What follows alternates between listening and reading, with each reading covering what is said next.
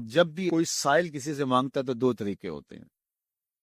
کچھ سائل ایسے ہوتے ہیں جو کوئی بات نہیں کرتے، سیدھا کے ہاتھ پھیلا دیتے ہیں. ایک تو سائل یہ ہے. اور سائل مانگنے والے جو بڑے اچھے طریقے سے مانگنے کا بھی فن جانتے تو ان کا طریقہ یہ نہیں ہوتا کہ کسی کے آگے جا کے بس ہاتھ پھیلا دے. پہلے وہ اس کی تعریفیں کرتے ہیں، پھر جو ہے وہ اس کی رحم دلی کا ذکر کرتے ہیں، پھر اس کے مال و اسباب جو اس کو دیے گئے ہیں ان کے قصیدے پڑھتے ہیں، پھر اپنی وفاداری کا اظہار کرتے ہیں، پھر جھولی پھیلاتے ہیں. تو یہ دوسرا اور مہذب طریقہ ہے. ایک تو مانگنے والا اپنی ضرورت کو یوں ہی کسی کے سامنے رکھ دے، اور ایک یہ ہے کہ مانگنے والا اپنی ضرورت کو رکھنے سے قبل جس سے مانگ رہا ہے پہلے اس کی تعریف کرے. اب بندے اللہ سے ہدایت مانگنے کے لیے کھڑے ہوئے، پہلے تو وضو کیا، صاف ستھرے ہوئے، کانوں پہ ہاتھ لگائے، اس کے بعد ہاتھ باندھ کے ادب سے کھڑے ہو گئے، اور اب مانگنے لگے تو کیا بولے؟ الحمدللہ رب العالمین.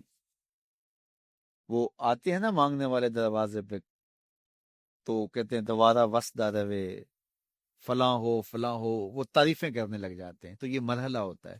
ابھی اس نے سوال لب پہ نہیں لایا ہوتا تو گھر والا پہلے بچے کو کہتا ہے جا اتنے پیسے اس کو دے کے آ.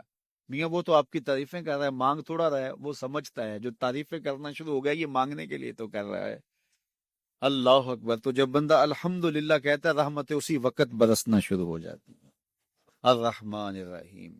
میں سخی کی دہلیز پہ کھڑا ہوں جو رحمان بھی ہے جو رحیم بھی ہے، محض اپنے کرم سے عطا کرتا ہے. رحم کی بھیک مانگ رہا ہوں. پھر کیا کہہ رہا ہے؟ مالک یوم الدین. کسی کنگال سے نہیں مانگ رہا، اس سے مانگ رہا ہوں جو مالک ہے، دنیا کا بھی مالک ہے، آخرت کا بھی مالک ہے. پھر اس کے بعد اگلی بات کیا کہتا ہے؟ ایاک نعبد و ایاک نستعین. مالک میں پوجتا بھی تجھے ہوں اور مانگتا بھی تجھ سے ہوں. دیکھو سائل اس اعتبار سے بھی دو طرح کے ہوتے ہیں. ایک سائل ہوتا ہے جو بائی پاس پہ اترتا ہے، ایک ایک گھر کے سامنے جاتا ہے، یہی طریقہ صحیح مانگنے کا، لیکن جاتا ہے کہ گھر کے سامنے ہے، تعریفیں کرتا ہے، اور مالک خانہ کو پتا ہوتا ہے کہ یہ ہمسایہ سے بھی مانگ کے آیا ہے، میرے گھر سے بھی مانگ رہا ہے، اگلے گھر سے بھی مانگنا ہے. تو وہ اسے تھوڑا سا آٹا دے دیتا ہے، 1 روپیہ دے دیتا ہے. اس کو پتا ہے اس نے پورا گاؤں مانگنا ہے، آدھا گاؤں مانگ آیا ہے، آدھا گاؤں اس نے ابھی مانگنا ہے. تو سارے 1 1 روپے دیتے ہیں. ایک تو سائل وہ ہے جو در در پہ جاتا ہے، اور ایک سائل بائی پاس سے اترا، وہاں سے پل عبور کیا، پھر گلی سے گزرتے ہوئے یہاں آیا، اور یہاں آ کے آپ کے ساتھ اس نے کہا کہ میں کسی در پہ نہیں گیا، آپ کے پاس آیا ہوں، اب آپ نے میری ضرورت پوری کرنی ہے. تو پھر 8 آنے 5 روپے تو نہیں دیے جائیں گے. پھر تو جو میری استطاعت ہوگی، جو آپ کی استطاعت ہوگی، اس استطاعت کے مطابق دیں گے کہ یہ سارا شہر چھوڑ کے آیا ہے، یہ کسی سے نہیں مانگتا، یہ مجھ سے ہی مانگتا ہے. تو پھر آپ اس کی ضرورت پوری کریں گے. اگر آپ کے بس میں ہوا تو مانگنے والا کیا کہہ رہا ہے؟ ایاک نعبد. یہ پیشانی کہیں اور نہیں جھکتی. وایاک نستعین. یہ جھولی کسی اور چوکھٹ پہ پھیلتی نہیں. وہ کریم، وہ مالک رب جو تمام جہانوں کا رب ہے، میں اس کی دہلیز پہ کھڑا ہوں، اور آیا سیدھا اسی کی دہلیز پہ ہوں. نہ اس سے پہلے کسی در پہ گیا ہوں، نہ اس کے بعد کسی در پہ جانا ہے.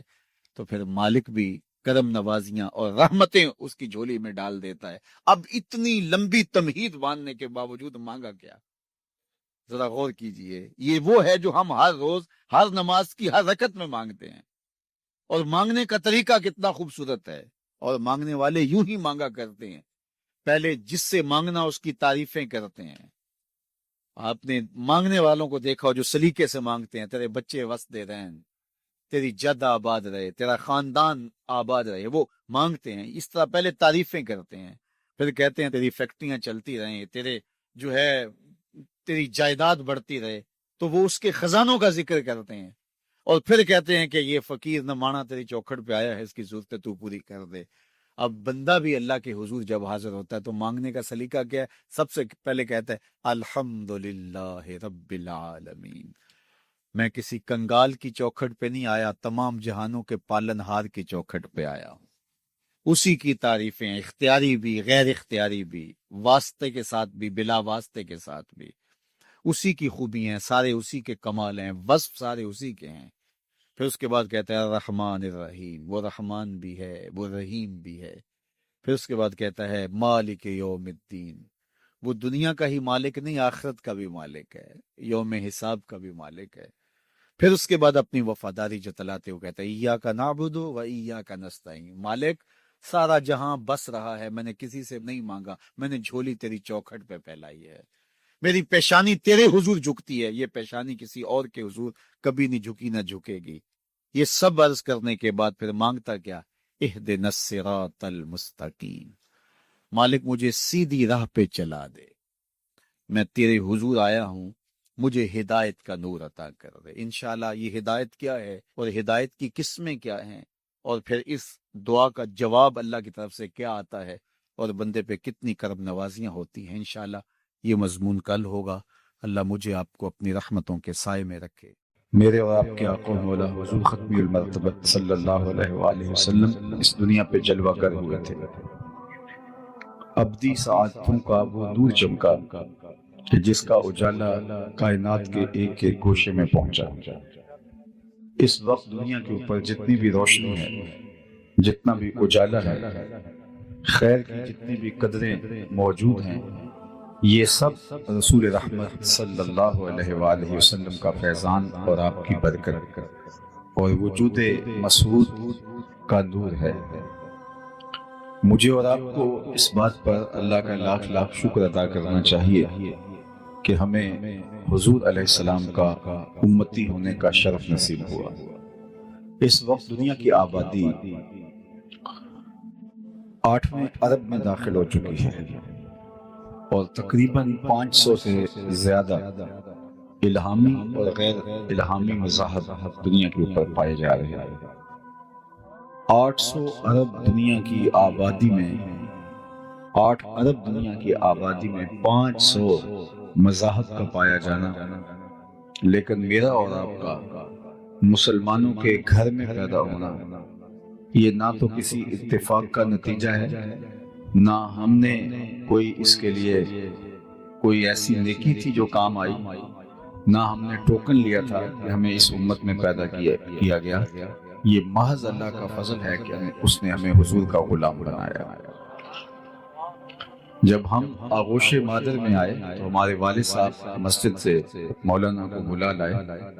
جب ہم ماں کی بولی بھی نہیں سمجھتے تھے، جب مادری زبان سے بھی آگاہ نہیں تھے، حرف و صوت کے مفہوم کو بھی نہیں جانتے تھے، تو مؤذن نے آ کر ہمارے کان میں اذان دی، گویا اس بات کی مبارکبادی تھی کہ مبارک ہو تو حضور کا غلام بن کے آیا ہے۔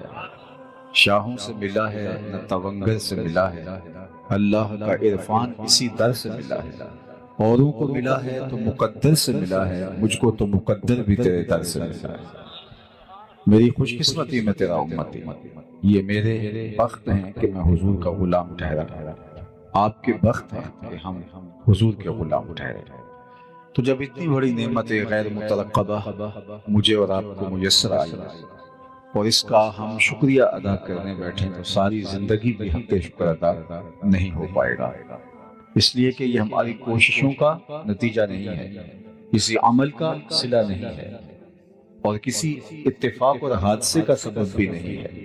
یہ محض اس کی کرم نوازی ہے کہ اس نے ہمیں آقا کریم علیہ السلام کا غلام بنایا اور ایسے ماحول میں پیدا کیا جہاں ہماری مائیں ہمیں حضور کے پیار کی لوریاں دیتی تھی، ہمارا باپ ہمیں حضور کی محبت کے ترانے سناتا تھا، ہماری بہنیں ہمیں حضور کی محبت سکھاتی تھی۔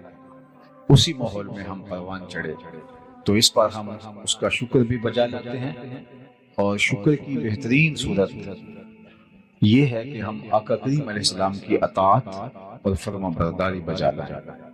جس مقصد کو لے کر وہ مبعوث ہوئے، اس مقصد کی تکمیل کے لیے، اس مقصد کے فروغ کے لیے، اس مقصد کے لیے ہم اپنے آپ کو لگا دیں اور اپنی تمام تر صلاحیتیں اس کام میں صرف کر دیں کہ اسلام کا غلبہ ہو اور دین کا بول بالا ہو، نفاذ شریعت ہو اور اسلام کا پرچم پوری دنیا کے اوپر لہرا جائے۔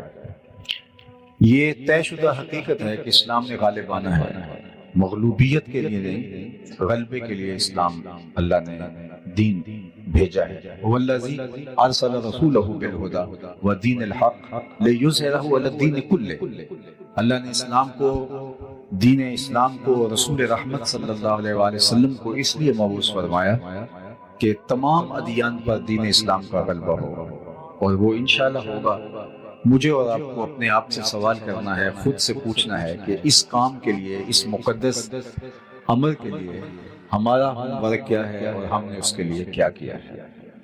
کیا اسلام کے غلبے کے لیے ہماری کوشش صرف ایک جلسہ ہے، ایک جلسے کی سماعت ہے، ایک جلوس نکال لینا ہے، جھنڈیاں لگا لینا ہے، چراغاں کر لینا ہے، مسلمانوں کے گھر میں پیدا ہو جانا ہے، مسلمانوں والا نام رکھ لینا ہے، یا اس کے لیے ہم نے کچھ اور بھی کر رکھا ہے؟ اگر کیا ہے تو بہت مبارک، اور اگر نہیں کیا تو آج کی مجلس میں ہمیں سوچنا ہوگا کہ اللہ نے اسلام کو تمام دینوں پر غالب کرنے کے لیے بھیجا ہے، اور رسول اللہ صلی اللہ علیہ وسلم تمام ادیان پر اس دین کو غالب کرنے کے لیے مبعوث ہوئے، اور یہ اللہ کا سچا وعدہ ہے، یہ پورا بھی ہو کے رہے گا۔ لیکن سوال یہ ہے کہ اس وعدے کی تکمیل میں ہمارا اپنا حصہ کتنا ہے؟ وہ میں آپ کا حساب نہیں کرتا، آپ میرا حساب نہ کریں، لیکن ہم اپنا اپنا حساب تو کر سکتے ہیں کہ ہم کہاں کھڑے ہیں، اسلام کے غلبے کے لیے ہمارا کردار کس قدر ہے، کتنا ہے، کس حد تک ہے؟ زبانی کلامی ہے یا عملی ہے؟ دیر پا ہے، مؤثر ہے، فعال ہے، یا ہمارا صرف ایک وقتی طور پہ کسی ایسے جلسے میں شامل ہو کے 2 لمحوں کے لیے تفکر کر لینا ہے؟ باقی اللہ کے محبوب نے فرمایا وہ وقت آنے والا ہے جب اللہ اسلام کو غلبہ دے گا، اور ارشاد کیا کہ پتھر، اینٹ اور گارے کا بنا ہوا کوئی گھر، چمڑے اور اون کا بنا ہوا کوئی خیمہ ایسا نہیں بچے گا جس میں کلمۃ الاسلام داخل نہیں ہوگی۔ وہ وقت حضور نے فرمایا آنا ہے پوری دنیا میں، کوئی ایک خیمہ بھی ایسا نہیں ہوگا، چاہے وہ اون کا بنا ہو، چاہے وہ چمڑے کا، پتھر کا گھر بنا ہو یا مٹی گارے کا بنا ہو، اس گھر میں کلمۃ الاسلام ضرور داخل ہوگا۔ گویا اس کا ترجمہ سادے لفظوں میں یوں سمجھ لیں کہ شرق سے لے کر غرب تک، شمال سے لے کر جنوب تک، پوری کائنات میں ایک چھت بھی ایسا نہیں ہوگا جہاں میرے حضور کے نام کا جھنڈا نہیں ہوگا۔ تو وہ وقت بہر صورت آنا ہے، یہ صحیح حدیث ہے جو میں نے آپ کے سامنے رکھی ہے۔ لیکن آج دنیا کے اوپر غلبہ نصارہ کا ہے، آج دنیا کے اوپر غلبہ یہود کا ہے، اور آج ہمارے گھر میں گھس کر کے وہ ہمارے لوگوں کو مار دیتے ہیں اور ہم صرف مذمت کر پاتے ہیں۔ تو کیا ایسے ہی چلتا رہے گا اور ان لوگوں کے لیے لڑنے کے لیے اللہ تعالیٰ فرشتے نازل کرے گا، یا ہمیں اپنے تن مردہ کے اندر زندگی پیدا کرنی ہوگی، یا ہمیں اپنے آپ کو کھڑا کرنا ہوگا، ہمیں شعوری طور پہ بیدار ہونا ہوگا، ہمیں امت سازی کا عمل کرنا ہوگا، ہمیں اپنی نئی نسل کو اسلام کے غلبے کے لیے تیار کرنا ہوگا، ہمیں مقدرات اسلام کی تعلیم و تربیت کا اہتمام کرنا ہوگا تاکہ وہ ایسی نسل پروان چڑھائیں، ایسی نسل جنم دیں، ایسی نسل کی تربیت کریں جن کے ہاتھ کے اندر اسلام کے غلبے کا جھنڈا ہوگا۔ تو اس کے لیے ہمیں بھرپور کردار ادا کرنا ہوگا، اور اس کے لیے ہمارے پاس وہی نصاب ہے جو اللہ کے رسول ہمیں دے کے گئے ہیں۔ ہمیں 5 گانا سجدے اگر نصیب ہیں اور نمازوں میں خشوع و خضوع میسر ہے تو ہمیں اللہ کا شکر ادا کرنا چاہیے، لیکن اگر ہمیں 5 گانا سجدے بھی میسر نہیں ہیں تو ہمیں سوچنا چاہیے ہم کھڑے کہاں ہیں۔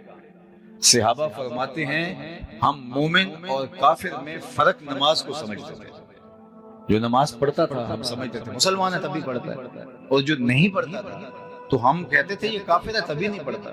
مومن اور کافر کے درمیان فرق جو تھا فرماتے ہیں ہمارے ہاں صرف نماز کا تھا، نماز کی وجہ سے ہم پہچان لیتے تھے یہ مومن ہے یا کافر ہے۔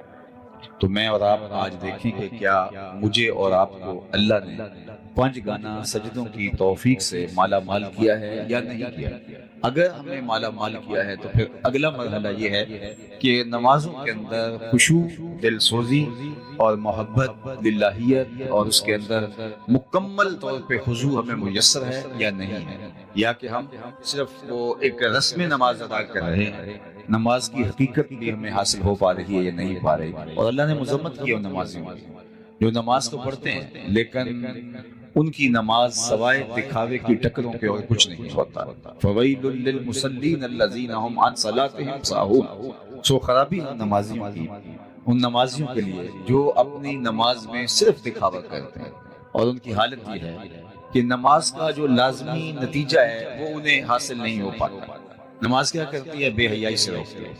نماز کیا کرتی ہے؟ فحشاء سے روکتی ہے. نماز کیا کرتی ہے؟ احساس پیدا کرتی ہے. نماز کیا پیدا کرتی ہے؟ نظم و ضبط زندگی میں پیدا کرتی ہے. نظام. آپ کو نماز ایک باوقار، حساس، صالح، پاکیزہ مسلمان بناتی ہے. یہ نماز کا صلہ ہے، یہ نماز کا ثمرہ ہے، یہ نماز کا نتیجہ ہے. اور اگر ہمیں نماز کے نتیجے میں پاکیزگی نہیں ملتی، عفت قلب و نگاہ نصیب نہیں ہوتی، ہمارے اندر احساس ذمہ داری نہیں آتا، ہمارے اندر نظم و ضبط پیدا نہیں ہوتا، تو پھر ہمیں رک کے سوچنا پڑے گا کہ نتیجہ تو 100% نماز کا یہی آنے کا ہے جو قرآن نے بتایا ہے، لیکن ہمارے اندر اگر پیدا نہیں ہو رہا تو کہیں کوئی سکم ہے، کوئی مسئلہ ہے. تو نئے سرے سے اپنی نمازوں کا ہمیں جائزہ لینا ہوگا، اور 5 گانا سجدوں کے ذریعے سے ہمیں ایک صالح، پاکیزہ اور ایک حساس مسلمان کی صورت کے اندر اپنے آپ کو آگے لے کر بڑھنا ہوگا، اور پھر اس نظم کے اندر لوگوں کو شامل کر کے ایک صالح معاشرت کی تشکیل دینے کی ہمیں کوشش کرنی ہوگی. اس کے بعد مجھے اور آپ کو ہمارے مالک نے، ہمارے رب نے جن صالح اقدار کا اور جن اخلاقیات کا حامل دیکھنا چاہا ہے، ہم اپنے اندر اس کا جائزہ لیں. میں آپ کے سامنے ایک حدیث عرض کرنا چاہتا ہوں. اللہ کے محبوب ایک دن وضو فرمانے لگے، اور صحابہ وضو کے پانی کو زمین پر نہیں گرنے دیتے. کائنات میں کوئی ایسا عاشق نہیں دیکھا ہوگا جیسے عاشق صحابہ ہیں. حافظ شیرازی نے اپنے محبوب سے کہا تھا کہ جیسا عاشق میں ہوں ایسا زمانے میں کوئی نہیں، اور پھر کہا اس لیے کہ تیرے جیسا سونا بھی تو کوئی نہیں. کیونکہ عشق کے اندر جو گرمی آتی ہے، عشق کے اندر جو حرارت آتی ہے، وہ حسن کی فراوانی سے آتی ہے. حسن جتنا زیادہ ہوگا، عشق میں توانائی، طاقت، زور بھی اتنا ہی. تو کائنات کے اندر اگر صحابہ جیسے کوئی عاشق زمانے نے نہیں دیکھے تو حضور جیسا کوئی سونا بھی تو نہیں. اللہ نے وہ حسن دیا، لکھاں آئے لوگ زمانے تے محبوب خدا جا کوئی نہیں. لکھاں سونے بن بن بھیجے نے اودی خاکے پا جا کوئی نہیں. وہ حسن دیا، وہ جمال دیا. قل قمر لیلۃ البدر لم ارى قبله ولا بعده مثله. اللہ اکبر. حضرت ابو ہریرہ رضی اللہ تعالیٰ عنہ فرماتے ہیں کیا پوچھتے ہو، 14ویں رات کا چمکتا ہوا چاند تھے میرے حضور. پھر کہا نہیں نہیں نہیں، حضور جیسا نہ پہلے دیکھا نہ بعد میں دیکھا. اور حضرت احسان بن ثابت بولے دیکھتے کیسے، کسی ماں نے جنم دیا ہوتا تو دیکھتے. خدا نے سچائی پن چھڑیا جدے وچ محمد نو ٹالیا سی. حسینہ جمیلہ دا منہ موڑ دیتا، محمد بنا کے قلم توڑ دیتا. ایسا پیکر تراشا، ایسی صورت بنائی اپنے محبوب کی. تو حضور جیسا زمانے میں سونا کوئی نہیں، تو پھر حضور کے صحابہ جیسا عاشق بھی زمانے میں کوئی نہیں. چونکہ حسن فراواں ہے تو پھر عشق بھی فراواں ہے. تو حضور کے ادب کی جو رعایت کرتے تھے وہ بھی مثالی ہے. حضور کے وضو کے پانی کو زمین پر نہیں گرنے دیتے. وہ کسی کے ہاتھوں پہ آتا ہے وہ اپنے چہرے پہ مل جاتا ہے، اور جسے وہ پانی میسر نہیں آتا وہ کسی کے گیلے ہاتھوں سے ہاتھ رگڑ کے اپنے چہرے پہ مل لیتا ہے. جنہ اکھیاں دل پر ڈٹھا وہ اکھیاں ہی تک لیاں، تو ملے ہو تا ساجن ملیا ہن آساں ہی لگ رہی. بلکہ ایک دن حضور نے پچنے لگوائے تو ایک لگن میں خون جمع ہو گیا. تو آقا کریم نے ایک صحابی سے کہا اس کو لے جاؤ اور ایسی جگہ اس کو بہا دو، ٹھکانے لگا دو جہاں کسی کے قدم نہ پہنچے. وہ گئے اور ایک پتھر کی اوٹ میں بیٹھ کے نوش جان کر لیا. واپس آئے تو حضور نے فرمایا ٹھکانے لگا آئے ہو؟ جی حضور، ایسی جگہ پہ جہاں کسی کے قدم نہیں پہنچ سکتے. تو حضور مسکرائے اور فرمایا لعلک شربت، شاید تم نے پی لیا ہے. قال نعم، جی حضور، میں نے کہا کہ حضور کا خون اپنے خون میں شامل کر لو، اس سے بڑی سعادت کیا ہو سکتی ہے. تو آقا کریم نے فرمایا یا غلام قد حررت نفسک من النار، اے بیٹے تو نے اپنے آپ کو آتش دوزخ سے بچا لیا ہے کہ تیرے خون میں میرا خون شامل ہو گیا ہے. تو یہ صحابہ کی محبت. حضور لعاب پھینکے تو وہ کسی کے ہاتھوں پہ آتا ہے، پھر وہ چہرے پہ ملتے ہیں. دنیا میں آپ نے یہ محبت کا انداز، لوگ داستانیں پیار کی سنی ہیں لیکن کسی محب نے اپنے محبوب کے لیے ایسا تو نہیں کیا، لیکن یہاں یہ مظاہر محبت کے دیکھنے کو ملتے ہیں۔ تو اب حضور وضو کرتے ہیں تو وہ پانی اپنے چہروں پہ مل لیتے ہیں، اللہ اکبر، اور جن کو میسر نہیں آتا وہ گیلے ہاتھوں سے ہاتھ رگڑ کے اپنے چہروں پہ مل لیتے ہیں۔ تو آقا کریم نے جب یہ دیکھا تو فرمایا ما یحملکم علی ھذا، تمہیں اس بات پر کس نے ابھارا کہ میرے وضو کے پانی کو زمین پر نہ گرنے دے رہے؟ میں نے تو تمہیں اس کا حکم نہیں دیا۔ اللہ اکبر، ساری باتیں حکم سے نہیں کی جاتی، کچھ کاموں کے کرنے کا تقاضا محبت بھی ہوتی ہے۔ محبت محبوب کو راضی کرنے کے ڈھب خود ہی سیکھ لیتی ہے، خود ہی محبوب کی چوکھٹ پر پہنچنے کے راستے تلاش کرتی ہے۔ تو کہا کہ میں نے یہ حکم نہیں دیا کہ تم میرے وضو کے پانی کو زمین پر نہ گرنے دو، ہاتھوں پہ اٹھا لو، چہروں پہ ملو، اپنے بدن سے مس کرو، لیکن تم میرے وضو کے پانی کو زمین پر نہیں گرنے دیتے، اس بات پر تمہیں کس چیز نے ابھارا؟ تو انہوں نے جو جواب دیا وہ سنیے، انہوں نے کہا حب اللہ و رسولہ، اللہ اس کے رسول کی محبت میں۔ محبت کا تقاضا یہ ہے کہ ہم آپ کے وضو کے پانی کو زمین پر نہیں گرنے دے رہے، یہ ہمارا پیار گوارا نہیں کرتا۔ جو پانی آپ کے بدن سے چھو جائے وہ ہمارے لیے آب کوثر ہے، وہ ہمارے لیے مائے معین ہے، سلسبیل ہے، تو اس پانی کو ہم اپنے چہروں پہ ملیں گے اور سعادت مندی سے۔ آقا کریم نے ان کے اس عمل پر کوئی روک نہیں لگائی، ان کی مذمت نہیں کی، ان کو منع نہیں کیا۔ اور اس موقع کے علاوہ بھی یہ ماجرا کئی بار ہوا، صلح حدیبیہ کے موقع پر بھی ایسا ہوا کہ حضور کے وضو کے پانی کو صحابہ زمین پر نہیں گرنے دے رہے تھے، تو عروہ بن مسعود ثقفی نے اس کے اوپر جو ہے وہ آواز کسی تھی، اس کا جواب حضرت ابوبکر رضی اللہ تعالی عنہ نے دیا تھا۔ تو اب یہ وضو کے پانی کو زمین پر نہیں گرنے دے رہے، پوچھا ما یحملکم علی ھذا، کہ حب اللہ و رسولہ، اللہ اس کے رسول کی محبت کی وجہ سے۔ تو حضور نے فرمایا اگر تم یہ چاہتے ہو کہ اللہ اس کے رسول سے محبت کرو اور اللہ اور اس کا رسول تم سے بھی محبت کرو، تو پھر تمہیں تین کام کرنے چاہیے۔ یعنی تمہارا یہ عمل اپنی جگہ پہ درست ہے کہ تم میرے وضو کے پانی کو زمین پر نہیں گرنے دے رہے، اس کی نفی نہیں کی، لیکن کہیں اس عمل پر ہی فوکس کرنے بعد میں آنے والے اور باقی دین ان کی نظروں سے کہیں اوجھل نہ ہو جائے۔ نبی کا منصب ہے کہ وہ دور اندیشی کے ساتھ معاملات کو دیکھتا ہے، اور اللہ نے اس کو جو نگاہ بینا عطا کر رکھی ہوتی ہے اس سے وہ معاملات کو لوگوں کی تعلیم کے لیے بڑی کشادگی کے ساتھ کھول کے لوگوں کے سامنے رکھتا ہے۔ تو آقا کریم نے فرمایا اگر تم چاہو کہ اللہ اس کے رسول سے محبت کرو اور اللہ اس کا رسول بھی تم سے وہ محبت فرمائے، تو تمہیں تین کام کرنے چاہیے۔ سب سے پہلے جب بولو سچ بولو، زندگی بھر کبھی جھوٹ نہیں بولنا۔ دوسری بات فرمائی جب تمہارے پاس امانت رکھی جائے اس میں خیانت نہ کرنا۔ اور تیسری بات فرمائی کہ جب کوئی تمہاری ہمسائیگی میں آ بسے تو حق مجاورت ادا کرنا، ہمسائیگی کا حق ادا کرنا، ہمسائے کا خیال رکھنا۔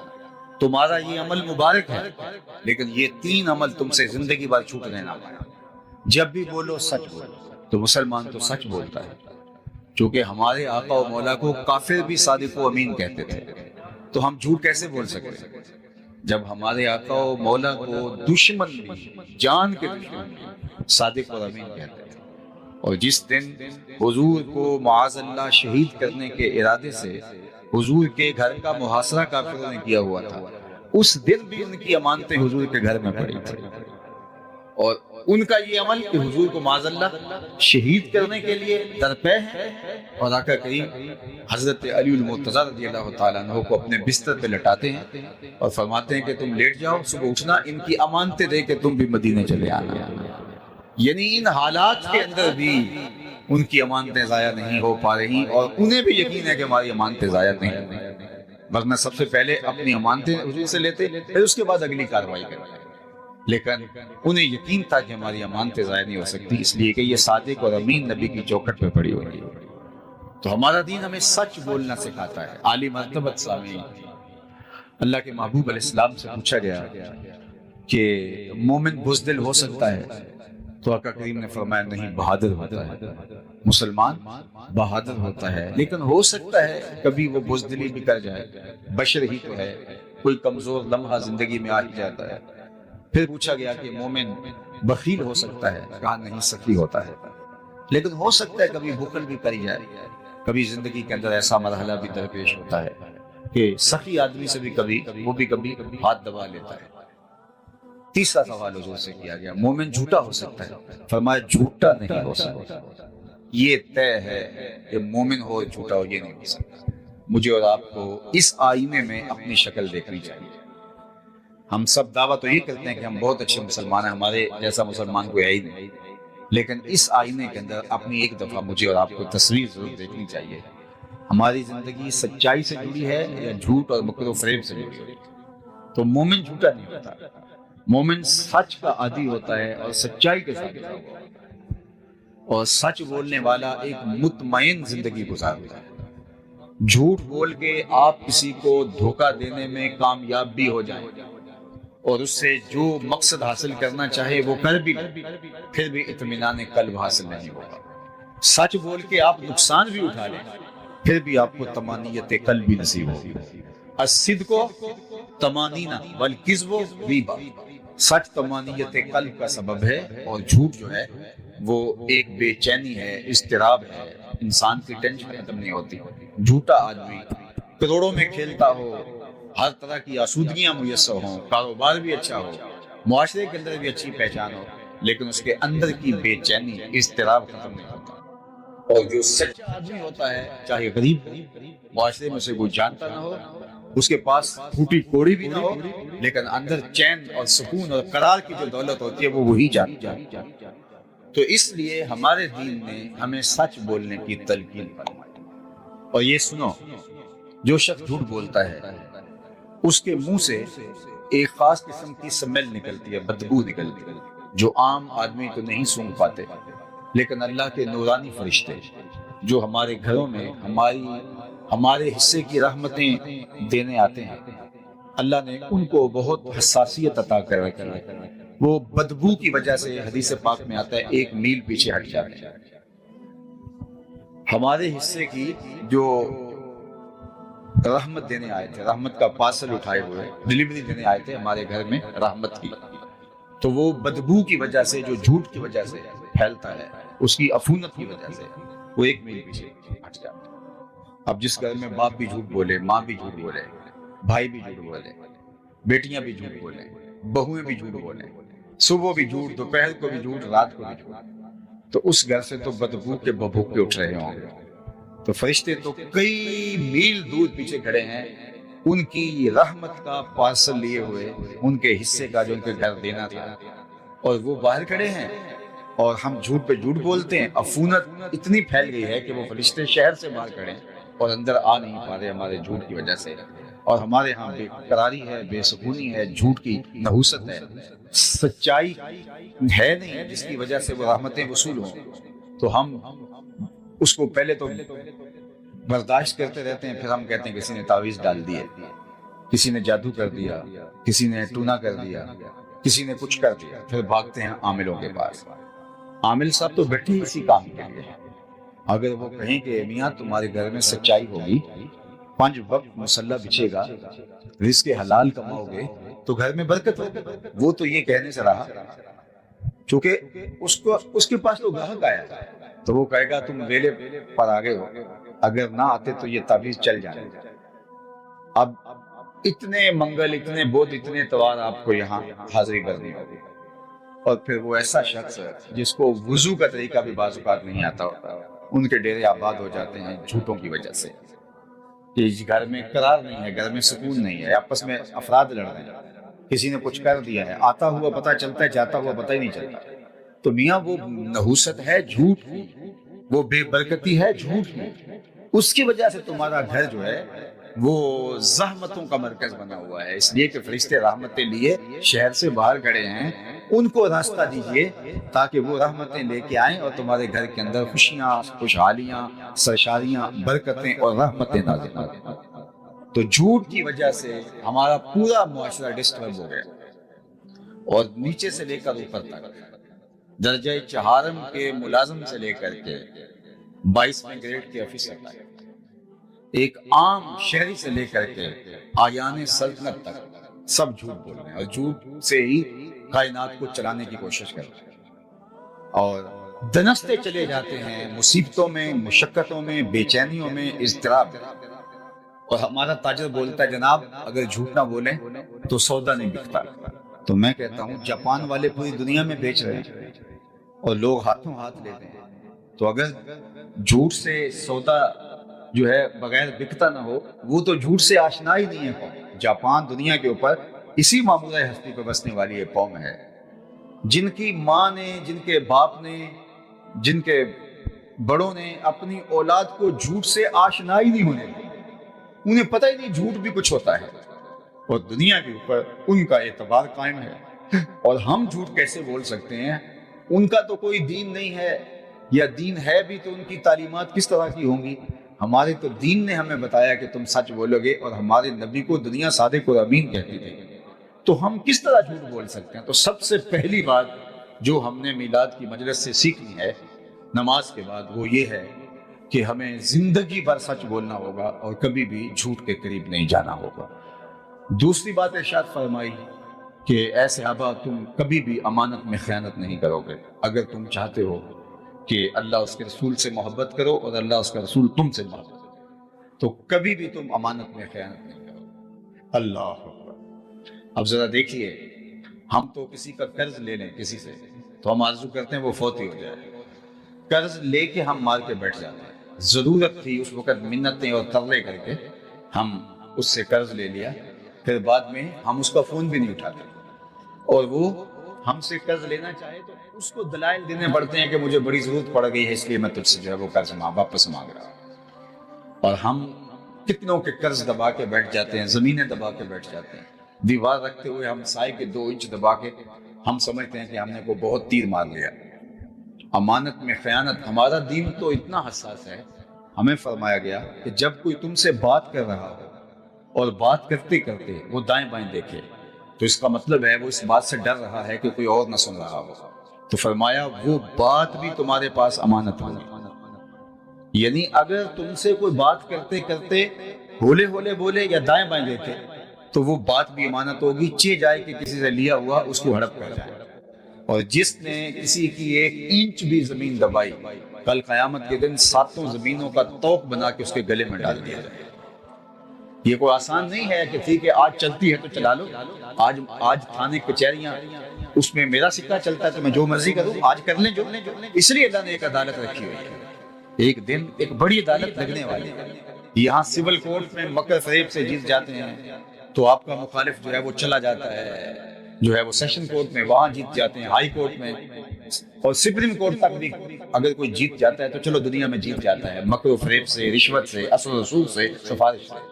لیکن سپریم کورٹ سے آگے بھی ایک عدالت ہے جو لگنے والی ہے، جس میں رشوت نہیں چلتی، جس میں انصاف ہوگا، جس میں ترازو کے دونوں پلڑے برابر برابر تولیں گے، جس میں ایک ایک چیز کا حساب ہوگا، ایک ایک چیز کا، حرکات کا بھی اور سکانات کا بھی۔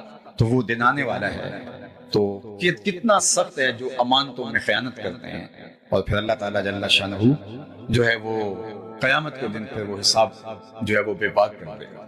اور قیامت کے دن کیا ہوگا؟ اگر کسی نے کسی کا کچھ دبایا ہوا ہے تو اس دن تو وہ چیز تو دے نہیں سکے گا، وہ تو یہیں چھوڑ گیا ہے، زمین بھی یہاں چھوڑ گیا، جائیداد بھی یہاں چھوڑ گیا، تو پھر اس دن کیا دے گا؟ اس دن جو سکہ رائج الوقت ہوگا قیامت کے دن، وہ اعمال ہوں گے۔ تو جان چھڑانی پڑے گی اپنے عمل دے کے، اور اگر عمل دے کے بھی جان نہ چھوڑی چھوٹ رہی ہوگی تو پھر اس کے گناہ لینے لگے۔ اور یہ کتنا بڑا کھاتا ہے؟ ایک تابعی کا قول ہے کہ جس نے کسی کے 3 پیسے دبائے، کتنے پیسے؟ 3 پیسے، اس کو اس کے بدلے میں قیامت کے دن 700 نمازیں جو جماعت کے ساتھ ادا کی گئی ہیں وہ دینا پڑے گا۔ 3 پیسوں کے بدلے میں 700 نمازیں با جماعت ادا کی گئی وہ دینا پڑے گا۔ تو میں تو کہتا ہوں اگر 1-2 ہزار بھی اگر کسی کا دینا ہوا تو ساری زندگی کی کمائی، حج عمرے زکاتیں سب کچھ 1000-2000 میں چلا جائے گا۔ تو اس بات کے اندر ہمیں اپنے کھاتے کو صاف کرنا چاہیے۔ کسی کی امانت، یہ بات کا ساری زندگی رشوت لے کے لوگوں کا مال کھا کے آخری عمر میں حج عمرہ کر لیا، ٹوپی پہن لی اور اگلی صف میں نمازیں پڑھنے لگ گئے۔ میں ان کی نمازوں کی توہین نہیں کرتا، جن سے مال لوٹا ہے ان کا مال دینا بھی واجب ہے۔ اس حج سے، اس عمرے سے وہ حقوق العباد جو ہیں ان کی تلافی نہیں ہوگی، وہ تلافی کرنی پڑے گی اور وہ دینا پڑے گا ان کا مال۔ تیسری بات اللہ کے محبوب نے ارشاد فرمائی صحابہ کو، وہ یہ تھی کہ تمہاری ہمسائیگی میں اگر کوئی آ بسے تو تم نے حق مجاورت ادا کرنا ہے، ہمسائے کے حق کو ادا کرنا ہے۔ اللہ کے محبوب فرماتے ہیں مجھے ہمسایوں کے حقوق کے حوالے سے اس قدر تاکیدات کی گئیں کہ مجھے لگا کہ ہمسایہ کہیں وراثت میں حقدار نہ ٹھہرا گیا، اور قیامت کے دن جو اللہ کے سامنے سب سے پہلا شخص کسی کی شکایت لے کے حاضر ہوگا وہ ہمسایہ ہوگا۔ سب سے پہلا شخص ہمسایہ ہوگا جو قیامت کے دن کہے گا کہ مالک اس نے مجھے تنگ کیا، اس نے مجھے اذیت پہنچائی۔ تو ہمسایہ ماں جایا ہوتا ہے، یعنی اس کی مثل ہوتا ہے، اور اس کی ہمسائیگی کا حق، مجاورت کا حق ہمیں ادا کرنے کی تلقین کی گئی ہے۔ اور ہمسایہ صرف وہ نہیں ہوتا جس کی دیوار ہماری دیوار کے سامنے ہو، ساتھ لگتی ہو، یا جس کا دروازہ ہمارے دروازے کے سامنے ہو۔ 40 گھروں تک ہمسائیگی ہوتی ہے، اور اگر ہم صرف ہمسائیگی کا خیال رکھنا شروع کر دیں تو معاشرے کے دکھ مٹ سکتے ہیں۔ کسی بھی علاقے میں 40 گھر ایک دوسرے کے دکھ سکھ کے ساتھی ہو جائیں، ان کی بیٹیوں کو اپنی بیٹیاں سمجھ رہے ہیں، جب وہ جوان ہوں تو ان کی شادی اپنا ذمہ سمجھیں، ان کے بچوں کی تعلیم اپنی ذمہ سمجھیں، جو غریب ہیں امیر ذمہ داری لے لیں، غریب اور امیر یہ ہمسائیگی کے حق کو ادا کریں۔ صرف اس اسلام کے دیے ہوئے نظام مجاورت جو ہمسائیگی کا نظام ہے اس کو اختیار کریں تو یہ معاشرہ جنت نظیر بن جاتا ہے، یہ معاشرہ جنت نظیر بن جاتا ہے، صالح معاشرہ بن جاتا ہے۔ لیکن ہم شاید دین کے مفہوم کو نہیں سمجھے، ہم نے چند عبادات کو، سجدوں کو، رکوع و قیام کو دین سمجھ لیا، لیکن وہ اس کو بھی کب سمجھا؟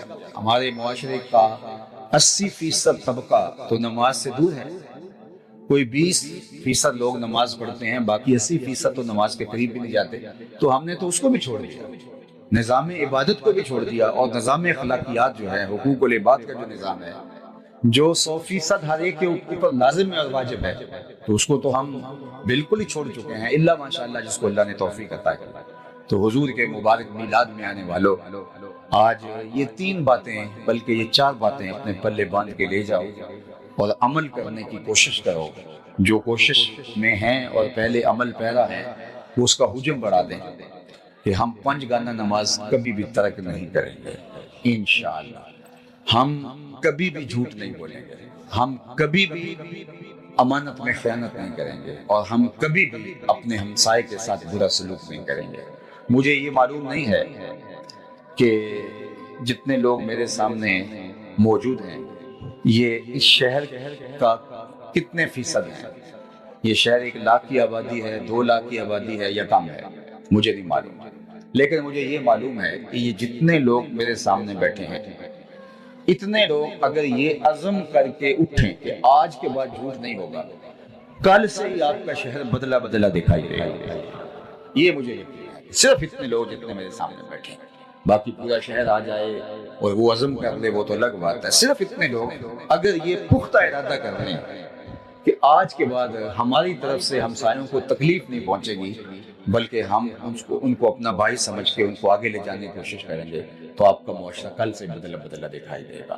میں بارگاہ عزتی میں دعا گو ہوں کہ آج کے اس اجتماع کا ایک ایک لمحہ اللہ قبول فرمائے، اور ابھی جامع مسجد گلزار مدینہ کا افتتاح کیا گیا، صوری اور معنوی اعتبار سے بہت خوبصورت مسجد ہے جو مجھے ایک دیہات میں دیکھنے کو ملی۔ اللہ کی بارگاہ میں دعا ہے ہمارے ان دوستوں کے لیے جنہوں نے اس مسجد کی تعمیر کا بیڑا اٹھایا اور پھر اس کو تکمیل کی منزل تک پہنچایا، اللہ اس کے بدلے میں ان کو بہتر اجر عطا فرمائے۔ جس نے ایک تتر کے گھونسلے کے برابر بھی مسجد بنائی، ایک جانور ہے چھوٹا سا کتات، اس کے گھونسلے کے برابر بھی، وہ آدھی اینٹ کا گھونسلہ ہوتا ہے، پوری اینٹ کا نہیں ہوتا، جس نے اس کے گھونسلے کے برابر بھی مسجد بنائی، فرمایا گیا اللہ اس کا گھر بھی جنت میں بنانا ہے۔ اور خوش نصیب ہیں وہ لوگ جو اللہ کے گھر تعمیر کرتے ہیں۔ صاحب روح البیان علامہ اسماعیل حقی نے لکھا ہے کہ جب کعبۃ اللہ کی تعمیر مکمل ہو گئی تو حضرت ابراہیم اور حضرت عیسیٰ یہ معماران حرم ہیں، تو بارگاہ عزتی میں عرض گزار ہوئے مالک تعمیر کے دوران جو سنگ ریزے، پتھروں کے ٹکڑے، جو چھوٹا چھوٹا میٹیریل، ریت کے ذرے، یہ اتنا کچھ جو ہے وہ بچ گیا ہے، اس کا کیا کریں؟ یہ کعبۃ اللہ کی دیواروں سے دوران تعمیر یہ اتنا میٹیریل جمع ہوا ہے، اس کو دریا میں، سمندر میں بہا دیں، دفن کر دیں، پہاڑوں پہ پھیلا دیں، کیا کریں؟ تو حکم ہوا اس کو تم ایک جگہ مطاف میں جمع کر دو، اس کا انتظام ہم خود کرتے ہیں۔